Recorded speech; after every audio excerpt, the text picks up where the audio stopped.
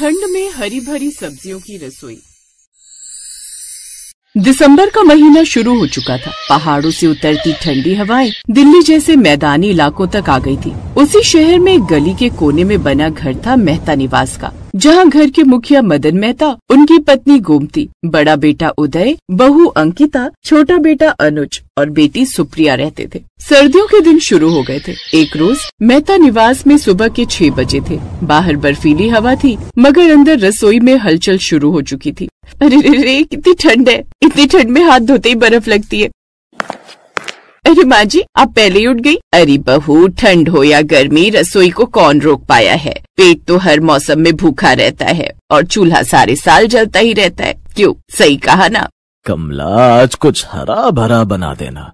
ठंड में शरीर गर्म रहेगा और ठंड में हरी भरी सब्जियां इतनी आती हैं कि उन्हें खाने का और भी मन करता है। हाँ, ये तो आपने सही कहा जी। ठंड का मौसम तो बड़ा ही अच्छा होता है। न एसी, न पंखे, न पसीना, पर खाने में हरी भरी सब्जियां वो अलग। बहू, ऐसा कर, आज खाने में तू पालक का साग और बाजरे की रोटी बना ले। ठीक है माँ जी, मैं बाजरे की रोटी बना दूंगी, लेकिन मक्खन तो है ना। है बहू, पर ज्यादा मत डालना, जानती है ना इनका कोलेस्ट्रॉल बढ़ जाएगा।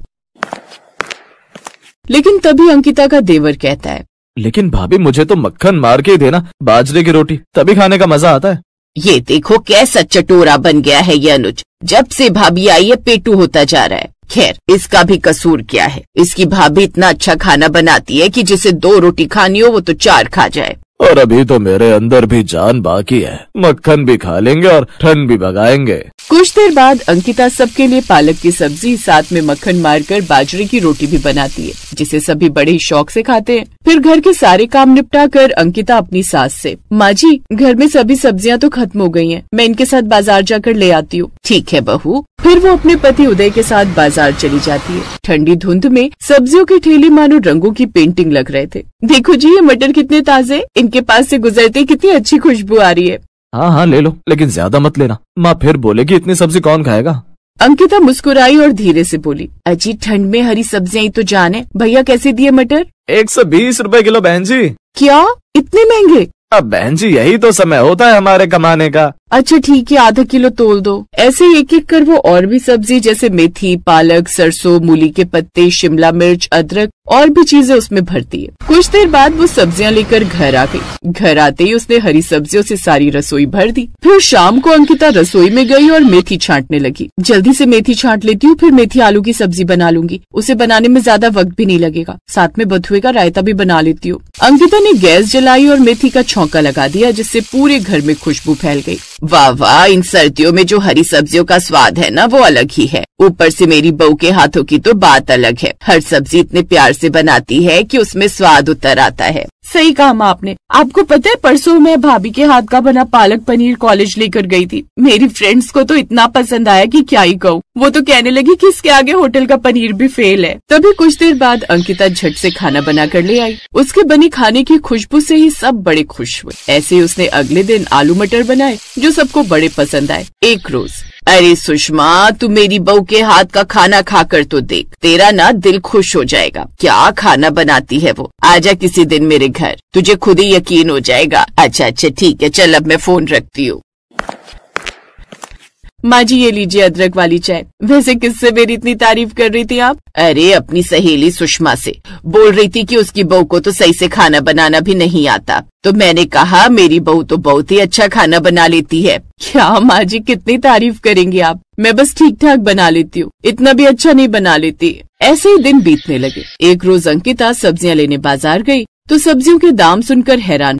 क्या 100 रुपए किलो से नीचे कोई सब्जी नहीं है? ये अचानक सब्जियों के रेट इतने क्यों बढ़ गए?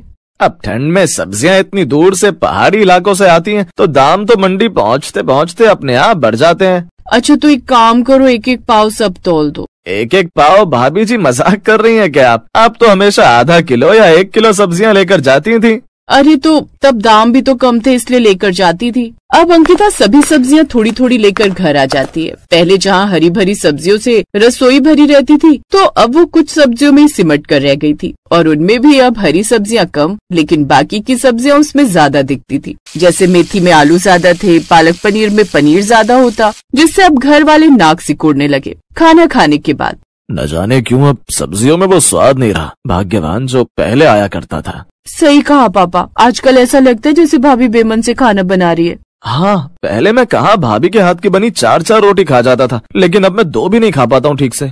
मुझे तो लगता है शायद बहू सारा दिन काम करके अब थक जाती है और उसमें अब वो हिम्मत नहीं रही कि वो सही से खाना बना पाए, इसीलिए शायद पिछले कुछ हफ्तों से अब हमारे घर में खाने में वो सब स्वाद भी नहीं आ रहा। उन सबको ये बात करते हुए अंकिता सुन लेती है। आप सब गलत समझ रहे हैं, आपको सब्जियों में स्वाद इसलिए नहीं आ रहा क्योंकि घर में 6 लोगों के हिसाब से जहाँ पहले आधा किलो या 1 किलो सब्जी आती थी, अब वो सिमट कर 1 पाव रह गई है क्योंकि सब्जियों के दाम जो बढ़ गए हैं। आप जानते हैं कोई भी सब्जी अब 100 रुपए किलो से नीचे नहीं है और रोज तीनों वक्त इतनी महंगी सब्जी हम नहीं ला सकते, शायद इसलिए अब आपको सब्जियों में स्वाद कम लगने लगा है। ये सुनकर वो हैरान रह गए। अरे बहू, तूने ये बात हमें पहले क्यों नहीं बताई? अगर बाजार में सब्जियां महंगी हो गई हैं, तो हम अपनी रसोई में ही हरी सब्जियां उगा लेते हैं। क्या माँ जी, रसोई में सब्जियां? और क्या, अरे तुम नहीं जानती तेरी सास को खेती बाड़ी का कितना शौक था। अब मैं तुझे फार्मिंग करना भी सिखा दूंगी। अब हम अपनी रसोई को हरी भरी सब्जियों से भरा बनाएंगे। अब दोनों सास बहू मिलकर अपनी रसोई में ही एक जगह हरी भरी सब्जियां लगाती हैं, साथ ही उसमें एक ऐसी खाद डालती हैं जिससे हफ्ते भर में उनकी रसोई हरी भरी सब्जियों से महक उठती है।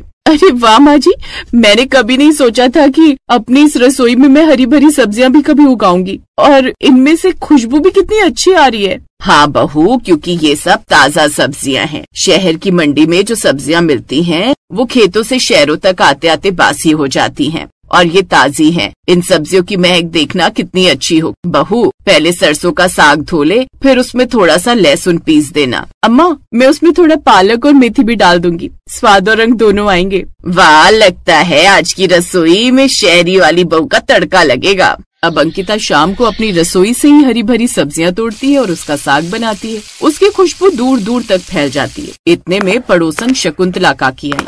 अरे कमला, तेरे घर से कैसी खुशबू आ रही है रे? क्या पका रही है बहू? आज हमारी अंकिता ने ठंड की रसोई सजा दी है। सरसों का साग, मटर की सब्जी और बाजरे की रोटी। अरे वाह, अब तो मैं भी खाना यहीं खाऊंगी। उस रोज वो सब साथ में बैठकर खाना खाते हैं और वो जो सब्जी का स्वाद था वो बेहद ही स्वादिष्ट था, जिसे खाकर आज सबके चेहरे पर फिर से रौनक लौट आई।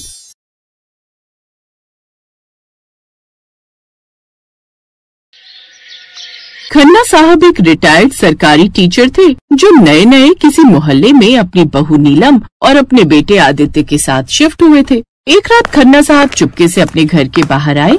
उनकी बहू नीलम ने उन्हें बाहर जाते हुए देख लिया। ससुर जी इतनी रात को चुपके चुपके घर से बाहर क्या करने गए? नीलम भी चुपके चुपके घर के बाहर आई तो अपने ससुर को देखकर दंग रह गई। हे राम, ससुर जी तो कौशल्या आंटी के घर में पाइप के सहारे चढ़ रहे हैं। तभी खन्ना साहब का पैर फिसला और वो जमीन पर धड़ाम से गिर गए। अरे कमर टूट गई रे। उनकी आवाज सुनकर उसी घर से ममता, उसका पति विक्रम और उसकी सास कौशल्या बाहर निकली। नीलम और उसका पति आदित्य भी बाहर आ गए। अरे खन्ना साहब, क्या हो गया आपको? कहीं चोट तो नहीं लगी आपको? अरे अंकल जी, यहाँ कैसे गिर गए आप? पापा चलो घर चलो, लगता है आप नींद में चलते चलते बाहर आ गए थे। हाँ, ऐसा ही कुछ हुआ था रे। उसका बेटा और बहू उन्हें घर के अंदर ले आए और बेड पर लिटा दिया। उन्हें छोड़ने कौशल्या भी उनके साथ ही आ गई। खन्ना साहब, अब आप ठीक है ना? कौशल्या जी, आप मुझे यहाँ तक छोड़ने आई तो मेरा दर्द पूरी तरह से गायब हो गया है। कौशल्या आंटी और ससुर जी के बीच मुझे कोई लफड़ा लग रहा है, पर अभी मैं खुलकर कुछ बोल नहीं सकती। खैर, अगली सुबह नाश्ता करके आदित्य काम पर चला गया। तभी नीलम ने अपने ससुर से बोला, ससुर जी, मैंने आपको देख लिया था कौशल्या आंटी के घर पाइप से चढ़ते हुए। भला पाइप से चढ़ने की क्या जरूरत थी आपको उनके घर में? बहू की इस बात से खन्ना साहब चौंक गए। तभी उन्होंने बात को घुमाते हुए कहा, बहू तुम मेरे साथ छत पर चल, मैं तुझे कुछ दिखाता हूँ। खन्ना साहब अपनी बहू को छत पर ले गए। फिर कौशल्या जी की छत की तरफ इशारा करते हुए बोले, बहू कौशल्या जी की छत पर देखो, कितनी हरी भरी सब्जियां लगी हुई हैं। लौकी, कद्दू, शिमला मिर्च, हरी मिर्च है। तो मैं ये सारी हरी सब्जियां ही लेने जा रहा था पड़ोसन की छत पर। तुम तो जानती हो मुझे ताजा हरी सब्जियां कितनी पसंद हैं और मार्केट में तो केमिकल वाली सब्जियां मिलती हैं। अच्छा, तो आप इतनी रात में हरी सब्जियां लेने उनकी छत पर जा रहे थे, वो भी पाइप से? अरे बहू, थोड़ा एडवेंचर करने में मुझे बहुत मजा आता है। ये सब करके मैं खुद को जवान फील करता हूँ भाई। खैर धीरे धीरे शाम होने लगी। जब खाना बनाने का वक्त हुआ तब बहू, आज खाने में तो हरी भरी सब्जियां बनाएगी हैं? मैं कौशल्या जी से हरी सब्जियां मांग कर लाता हूँ। अरे ससुर जी, आप यहीं आराम कीजिए, मैं ममता जी से हरी सब्जियां लेकर आती हूँ। उनकी बहू ममता मेरी बहुत अच्छी सहेली बन गई है। अरे नहीं नहीं बहू, मैं खुद जाकर कौशल्या जी से हरी सब्जियां मांग लाता हूँ। नहीं नहीं ससुर जी, पड़ोसन से हरी सब्जियां तो मैं ही लेकर आऊंगी। इतना बोलकर नीलम तुरंत भागकर घर के बाहर आई और बाहर से दरवाजा बंद कर दिया। अंदर से खन्ना साहब दरवाजा खटखटाते रहे, लेकिन नीलम ने दरवाजा नहीं खोला। वो सीधा सामने पड़ोसन के घर चली गई। कौशल्या की बहू ममता ने दरवाजा खोला। अरे नीलम जी, आइए आइए, कैसे आना हुआ? ममता जी, मेरे ससुर जी को हरी सब्जियां बहुत पसंद है और आपकी छत पर हरी सब्जियां लगी हुई हैं, तो मैं बस हरी सब्जियां लेने आई हूँ। तभी वहाँ पर ममता की सास आ गई। अरे नीलम बेटी, तो तू क्यों सब्जियां लेने आ गई? जा अपने ससुर जी को भेज दे। अरे आंटी जी, ससुर जी ने मुझे भेजा है। मैं हरी सब्जियां सिर्फ उन्हें दूंगी, तुझे नहीं। जब वो नहीं मानी तब मजबूरी में नीलम वापस घर आ गई और अपने ससुर को भेज दिया। थोड़ी देर में आदित्य घर लौट आया। कौशल्या जी, अब मैं बुजुर्ग हो चुका हूँ ना, इसीलिए मेरा हाथ पकड़े रहना, वरना मैं गिर जाऊंगा। खन्ना साहब, आप तो ऐसे बोल रहे हैं जैसे मैं 18 साल की हूँ। अरे आप मेरी नजर से खुद को देखेंगी तो आप 18 साल की ही लगेंगी। खैर, लेकिन ममता और विक्रम ने उन दोनों की बातें सुन ली। विक्रम, मुझे लगता है इन दोनों के बीच में जरूर कुछ न कुछ चल रहा है। ममता, तुम मेरी माँ पर गलत शक कर रही हो। खन्ना साहब, मुझे पता था कि आपको हरी हरी सब्जियां बहुत पसंद हैं, इसलिए ये हरी सब्जियां मैंने आपके लिए ही तो उगाई हैं। खैर, काफी देर हो गई, लेकिन खन्ना साहब और कौशल्या जी नीचे नहीं आए, इसलिए ममता और विक्रम दोनों छत पर पहुंच गए। उन्होंने देखा कि अभी तक सिर्फ एक लौकी ही तोड़ी थी उन लोगों ने। अपने बेटे बहू को देखकर कौशल्या चौंक गई। अरे माँ, अंकल जी को जल्दी से सब्जी दीजिए ना, आदित्य जी घर पर आ गए हैं, बेचारे भूखे होंगे। हाँ हाँ, देती हूँ।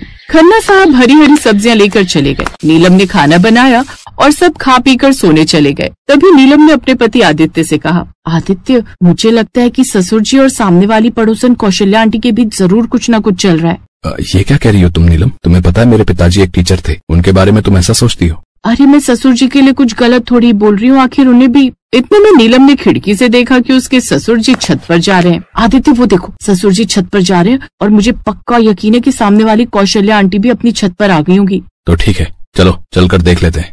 खैर, खन्ना साहब अपनी छत पर पहुंच गए और कौशल्या जी अपनी छत की बालकनी पर। दोनों बड़े ही प्यार से एक दूसरे को देख रहे थे और बातें कर रहे थे। खन्ना साहब, वो चांद देख रहे हैं आप? इस काली रात में कितना खूबसूरत लग रहा है। कौशल्या जी, मुझे आपके अलावा कोई दूसरा चांद यहाँ दिखाई नहीं दे रहा है।